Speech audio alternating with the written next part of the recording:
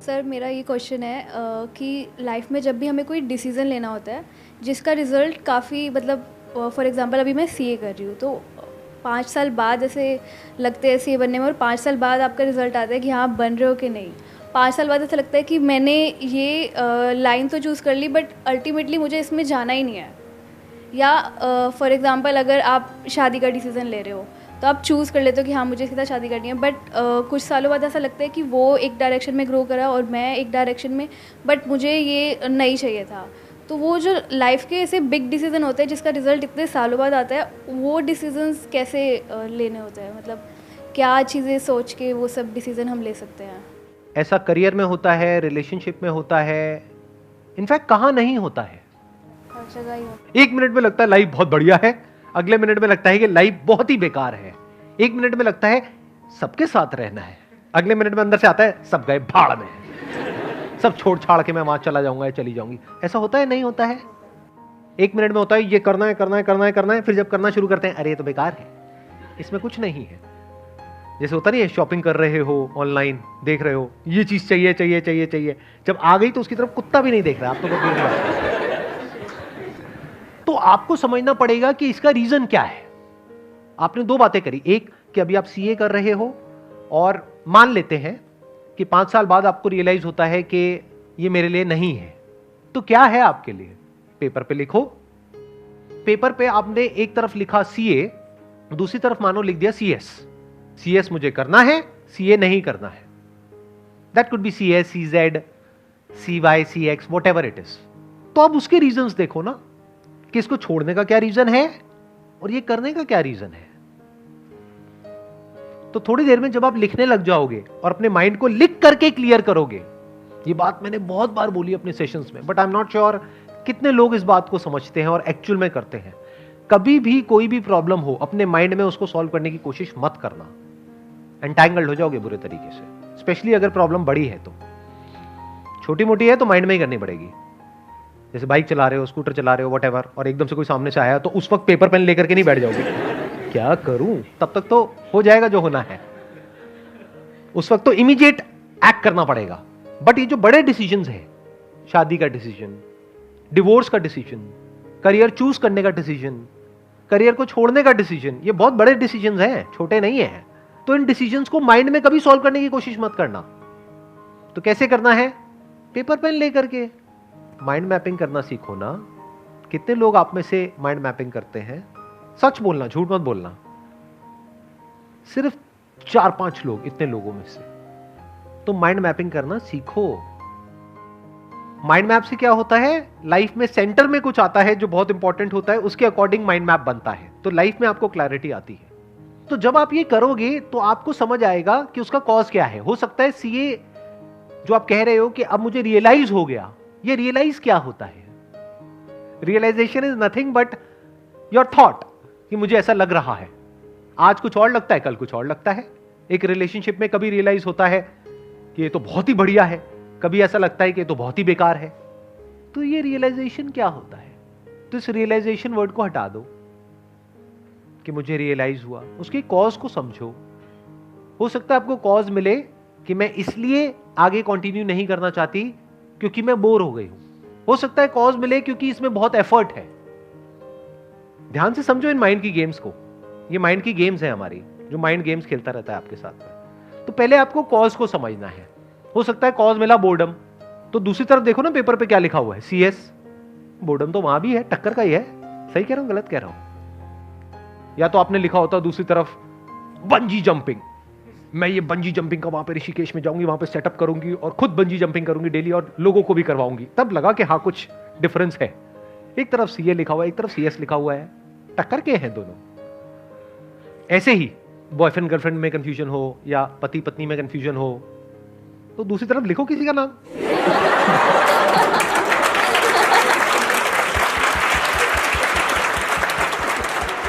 फिर थोड़ी देर में आपको पता है क्या रियलाइजेशन आएगा। Realisation, the real realisation. ये भी खच्चर, वो भी खच्चर, क्या फर्क पड़ता है? और मैं भी खच्चर, तो क्या फर्क पड़ता है? इस मंत्र को पकड़ना सीखो, लाइफ में बहुत काम आएगा। जहां पे आपको कुछ लॉन्ग टर्म तक सस्टेन करना है, शॉर्ट टर्म में मंत्र काम नहीं आएगा। वैसे शॉर्ट टर्म में भी आ जाएगा काफी केसेस में, बट लॉन्ग टर्म में मंत्र बहुत काम आता है कि क्या फर्क पड़ता है। हम सब अपने थॉट्स के हिसाब से चलते हैं, फीलिंग्स के हिसाब से चलते हैं, जो हमें लगता है अपने बिलीफ्स उसके हिसाब से चलते हैं, और सब कुछ ही लिमिटेड है, हर जगह क्लैशेस हैं, कॉन्फ्लिक्ट्स हैं, तो कोई भी परफेक्ट नहीं है। अगर कभी गलतफहमी होती है ना कि अगर मैंने सीए छोड़ दिया तो मैं ये करूंगी, तो वो लोग जो वो कर रहे हैं उनको जा करके देख लो, वो गलतफहमी दूर हो जाएगी। आप कहोगे यही बेटर है। लगता है ना कि उसकी पड़ोसी की लाइफ बढ़िया है, तो कहीं कोई छुपा हुआ कैमरा फिट कर दो उनके घर में, 2 दिन में आपकी गलतफहमी दूर हो जाएगी। लिविंग रूम में करना, बेडरूम में नहीं। सबको सब कुछ नहीं मिलता है। प्रवचन शुरू कर दूं मैं? भाग्य पे बहुत कुछ निर्भर करता है। ये मैंने बोला मजाक में, लेकिन मजाक नहीं है। अब आप कहोगे सर आप तो बोलते हो कि हमारा भाग्य हमारे हाथ में होता है, ये भी सच है। भाग्य हमारे हाथ में नहीं होता, ये भी सच है। अब आप कंफ्यूज हो जाओगे, आप कहोगे क्या मतलब, एक बात करो ना। अरे भाई साहब, लाइफ में ऐसा नहीं होता है जैसा आप सोचते हो। क्लियर कट आंसर नहीं होता है। एक स्टैंड पॉइंट से देखोगे तो आपका भाग्य आपके हाथ में नहीं है। जैसे आपने अपने माँ बाप को चूज किया, यस और नो? किसी ने किया तो नहीं है ना? नहीं, बड़े बड़े खुराफाती आ जाते हैं यहाँ पर, वो कुछ भी बोलने लग जाते हैं आकर के। सर मैंने ना अपनी शक्तियां इस्तेमाल करी जब मैं पेट में भी नहीं था। मैंने पेट को खुद चुना, मुझे इस पेट में जाना है अपने पिछले जन्म में, और मैं वहीं आया जहां मैं आना चाहता था। बहुत कुछ होता है जो हमारे हाथ में नहीं होता है। जैसे पेरेंट्स हमने चूज नहीं किए हैं, वो हमारा भाग्य है। अब अपने पेरेंट्स के बारे में जैसे आप सोच रहे हो, उसकी वजह से आपको अच्छा लग रहा है या बुरा लग रहा है, ये भी भाग्य है। तो एक है पेन और प्लेजर, एक है सुख और दुख। आपका जो सुख है और दुख है वो काफी हद तक आपकी थिंकिंग पे डिपेंड करता है। मैंने काफी हद तक इसलिए लगा दिया बीच में क्योंकि वहां पर भी एक्सेप्शंस हैं। अगर मैं ये कह दूंगा कि पूरी तरह से आप पे डिपेंड करता है तो ये बकवास है। आपका पति है, पत्नी है, वो बदतमीज है, उसको ये नहीं पता रिस्पेक्ट क्या होती है, तो आप सुखी कैसे रहोगे? तो पूरी तरह से आपके हाथ में कहां है? तो एक स्टैंड पॉइंट से देखा जाए तो भाग्य आपके हाथ में बिल्कुल भी नहीं है। आप यहां से बाहर जा रहे हो, कोई आया और आकर के एक्सीडेंट हो गया, आपकी कोई गलती नहीं है, इसको आप भाग्य बोल सकते हो जो आपके हाथ में नहीं है। जैसे कोई अमीर घर में पैदा हुआ बच्चा, कोई गरीब घर में पैदा हुआ, ये क्या है? भाग्य। Related to what? Pain and pleasure. जो अमीर घर में हुआ उसको हर तरह के प्लेजर्स मिलेंगे, और जो गरीब घर में पैदा हुआ उसके पास खाने के लिए भी कुछ नहीं है। वहां क्या है? पेन है। और प्लेजर कहां है? जो एक वेल ऑफ घर में पैदा हुआ है, वहां पे हर तरह का कंफर्ट है, सब कुछ है जो चाहिए। लेकिन उसके बाद भी वो जो बच्चा है जो गरीब घर में पैदा हुआ, उसकी थिंकिंग ऐसी है कि वो लाइफ में आगे बढ़ता चला जा रहा है, ग्रो करता चला जा रहा है, सीखता चला जा रहा है, और अपना रास्ता खुद बना रहा है, और अपनी जिंदगी से खुश है। दूसरी तरफ से वो जो अमीर घर में पैदा हुआ, वो अपने बाप का सारा पैसा उड़ा रहा है, बाहर से हंसता है लेकिन अंदर से बहुत ज्यादा परेशान है। किसकी वजह से है? उसकी थिंकिंग की वजह से। दुख होता है थिंकिंग की वजह से, दर्द होता है बॉडी की वजह से और हमारे सराउंडिंग्स की वजह से, बीमारियों की वजह से। सुख दुख होता है थिंकिंग की वजह से। अभी आप सही सोचने लग जाओ, सुखी हो जाओगे, गलत सोचने लग जाओ, दुखी हो जाओगे। अभी सही और गलत क्या है? शादी करने से पहले सोच लो जितना सोचना है, एक बार कर ली तो मतलब अपने डिसीजन को बार बार बोलो, थोड़ा सा दिमाग लगाओ। सही सोच क्या है और गलत सोच क्या है? मैंने क्या कहा? फॉर्मूला क्या है? सही सोच की वजह से हम सुखी होते हैं, गलत सोच की वजह से दुखी होते हैं। तो पहले जितना सोचना है सोच लो। वो भी आपको लग रहा है कि मैं सोच करके शादी कर रही हूं, उसमें भी भाग्य का बहुत बड़ा रोल है। क्योंकि आप कब कहां किसको मिले और फिर मिल करके कब किसको किसकी आदत पड़ गई पता ही नहीं लगता है। लाइफ ऐसी तो होती है। फिर सही गलत समझ नहीं आता है जब दिल का मामला होता है। या फिर अरेंज मैरिज हुई तो वो तो पूरी तरह से ही भाग्य हो गया। शादी के बाद अगर सुखी रहना चाहते हो तो सही सोच क्या है और गलत सोच क्या है? अपने डिसीजन पे अटल रहो। मतलब नहीं, ऐसा नहीं है। अटल क्यों रहो? अगर सामने वाला जो पर्सन है वो क्या कहूं, पापी,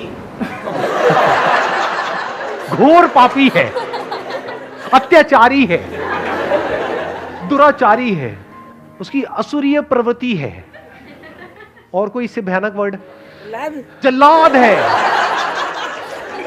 बट जल्लाद होने में क्या बुराई? वो तो बेचारा किसी के कहने पे किसी को फांसी दे रहा है। जल्लाद is not a negative word. हाँ, जल्लाद उस वे में नेगेटिव है कि भाई मारता है अपने मजे के लिए। आप मान लो ऐसा कुछ है तो उसके साथ रहना थोड़ी है।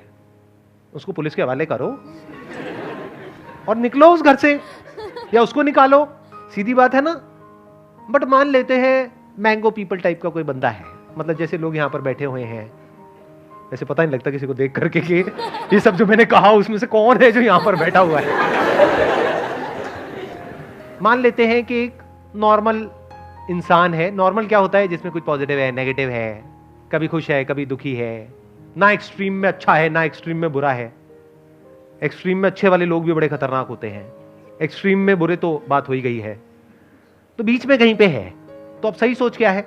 इम्परफेक्शंस को एक्सेप्ट करना, मतलब जैसे मुझ में भी कुछ अच्छी बुरी चीज़ें हैं तो सामने वाले की भी अच्छी बुरी चीज़ें, और क्या फ़र्क पड़ता है? क्या फर्क पड़ता है? बस ये गोल्डन मंत्र को पकड़ लो कि कभी उसकी कुछ हरकतें होंगी, आपको गुस्सा आ जाएगा, आप गुस्सा करोगे तो वो भी गुस्सा करेगा, क्या फर्क पड़ता है? चीख चिल्लाहट हो जाएगी, क्या फर्क पड़ता है? थोड़ा एक आध बर्तन टूट जाएंगे, क्या फर्क पड़ता है? बर्तन और आ जाएंगे, अगले दिन फिर नॉर्मल हो जाओ। मैं आपको सही बातें बता रहा हूं, प्रैक्टिकल बातें, थियोरेटिकल बातें नहीं। जैसे कुछ लोग होते हैं ना, वो बैठ करके बोलते हैं नहीं नहीं बस अपने मन को ऐसा आप करो, वैसा करो, ये करो, वो करो। अरे ऐसा नहीं होता है रियल लाइफ में। रियल लाइफ में बता रहा हूं क्या होता है, लड़ाई झगड़ा, ये वो, थोड़ा बहुत कहा सुनी, और जब बोलने पे आते हैं तो पता नहीं क्या क्या बोल जाते हैं। आप हूं तो कर रहे हो, लेकिन शादी नहीं हुई आपकी अभी, तो आपको नहीं पता है क्या क्या बोल जाते हैं, किस किस हद तक बोल जाते हैं। सर अगर वो चीट कर रहा है तब भी यही मंत्र रखना है। मैंने कब बोला? वो तो उनमें से किसी कैटेगरी में आ गया ना। अय्याश है, धोखेबाज है, बेवफा है। कुछ वर्ड छूट गए होंगे, अभी भी आप समझ लेना इशारों में कि अगर ऐसा कोई है तो छोड़ दो। बट अगर मैं कह रहा हूं ना बीच में कहीं पर है, नॉर्मल इंसान है, बेचारा है, आप बेचारी हो, ठीक है, क्या फर्क पड़ता है?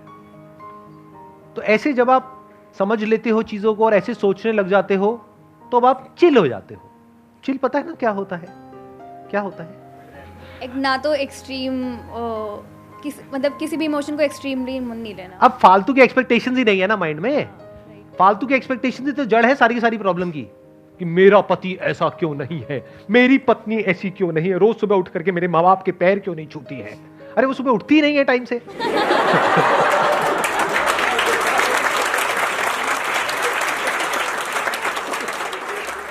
तो उल्टी सीधी एक्सपेक्टेशंस जो हमारी होती है ना, उसकी वजह से गड़बड़ हो जाती है।